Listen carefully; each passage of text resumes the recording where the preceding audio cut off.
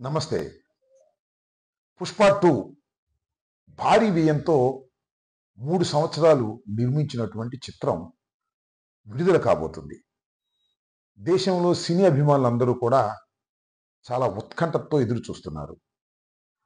'పుష్ప 1' కన్నా ఇది బాగా హిట్ అవుతుందా? అంతకన్నా మంచి పేరు తీసుకొస్తుందా? అనేటువంటి ఉద్దేశంతో అందరూ ఎదురు చూస్తున్నారు. నేను హృదయపూర్వకంగా కోరుకుంటున్నా. ఈ 'పుష్ప 2' ఘన విజయం సాధించాలని, తెలుగు వారికి పేరు ప్రఖ్యాతులు తీసుకురావాలని. ఇంకొక అంశం ఏంటంటే, దీని నేపథ్యంలో చిన్న చిన్న విషయాలు ఎక్కడో వినిపిస్తున్నాయి గుసగుసలు. ఎవరో కొందరు ఈ సినిమాని ఆడుకోకుండా ఉండాలని కోరుకుంటున్నారని, కొన్ని చోట్ల ఆడుకోకుండా చేయాలని ప్రయత్నం చేస్తున్నారని వింటున్నాం. అది రూమర్సో, నిజాలో నాకైతే తెలియదు. అలాగే నాగబాబు గారు కూడా ఒక ట్వీట్ చేశారు.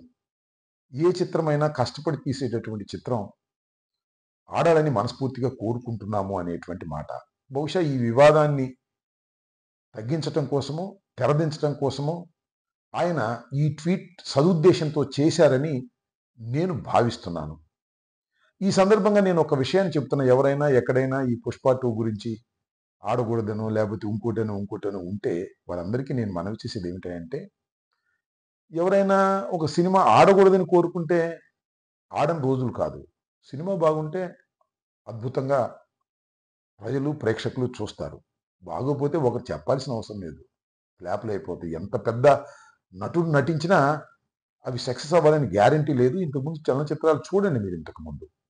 కానీ 'పుష్ప 1' చాలా అద్భుతంగా హిట్ అయింది. ఊహకందని విధంగా హిట్ అయింది. అల్లు అర్జున్ అనే తెలుగు నటుడికి పేరు ప్రఖ్యాతులొచ్చాయి. మనందరం కూడా గర్వించదగ్గ స్థాయిలోకి అల్లు అర్జున్ వెళ్ళాడు. ఇది వాస్తవమైనటువంటి అంశం. కాబట్టి తెలుగువాడిగా అది బాగుండాలి, బాగా హిట్ కావాలని కోరుకోవటంలో ధర్మం ఉంది.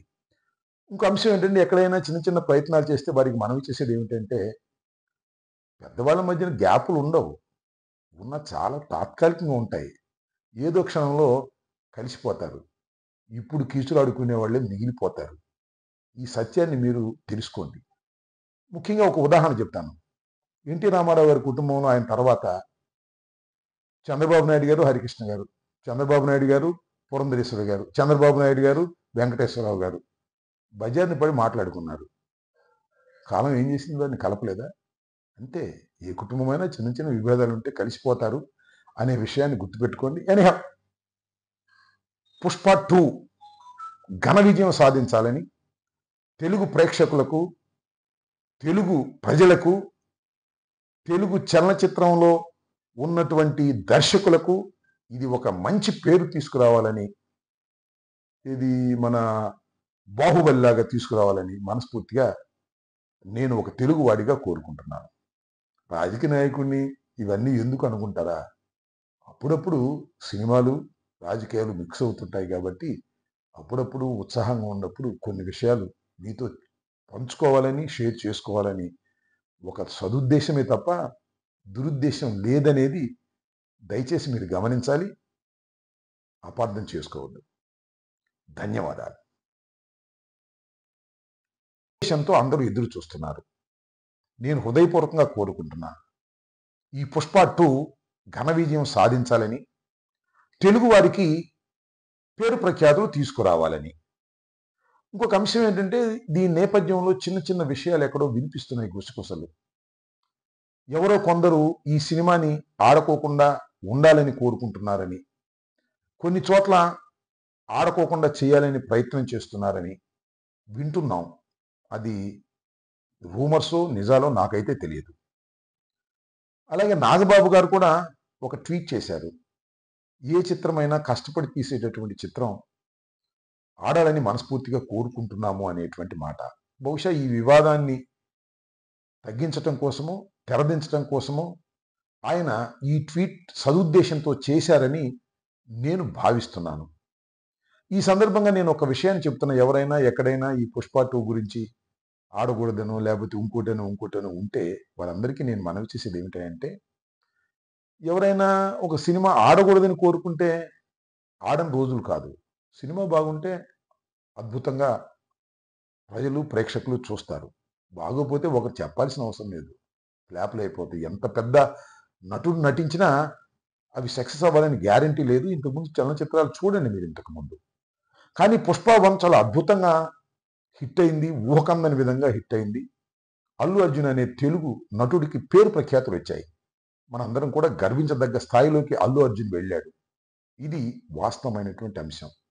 కాబట్టి తెలుగువాడిగా అది బాగుండాలి, బాగా హిట్ కావాలని కోరుకోవటంలో ధర్మం ఉంది. ఇంకో అంశం ఏంటంటే ఎక్కడైనా చిన్న చిన్న ప్రయత్నాలు చేస్తే వారికి మనవి చేసేది ఏమిటంటే పెద్దవాళ్ళ మధ్యన గ్యాపులు ఉండవు. ఉన్న చాలా తాత్కాలికంగా ఉంటాయి. ఏదో క్షణంలో కలిసిపోతారు. ఇప్పుడు కీచులాడుకునే వాళ్ళే మిగిలిపోతారు. ఈ సత్యాన్ని మీరు తెలుసుకోండి. ముఖ్యంగా ఒక ఉదాహరణ చెప్తాను.